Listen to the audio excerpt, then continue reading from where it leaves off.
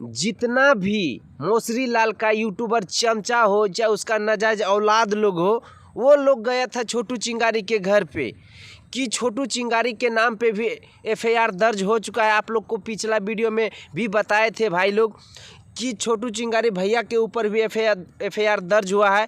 लेकिन जितना भी विरोधी का यूट्यूबर चमचा लोग था ना, वो लोग सारा लोग गया था कि छोटू चिंगारी को भी पकड़ के थाना और जेल भेज सकेंगे। लेकिन आप लोग को बता दें कि भाई हमारे छोटू चिंगारी भैया जी जब एफआईआर दर्ज था तो वो घर में नहीं थे, कहीं दूसरे जगह चले गए थे। और जितना भी उसका चमचा लोग था ना, एकदम ये वो यानी जो भी उसका दिल में हो, लेकिन हमारे जितने भी छोटू चिंगारी के भैया का फैन लोग हैं ना भाई, तो आप लोग एकदम खुश रहिए कि हमारे छोटू चिंगारी भैया अभी तक नहीं जेल गया है और नहीं भी जाएगा। ये वीडियो में आप लोग अपना राय कमेंट सेक्शन में ज़रूर दीजिएगा। मिलते हैं आप लोगों से।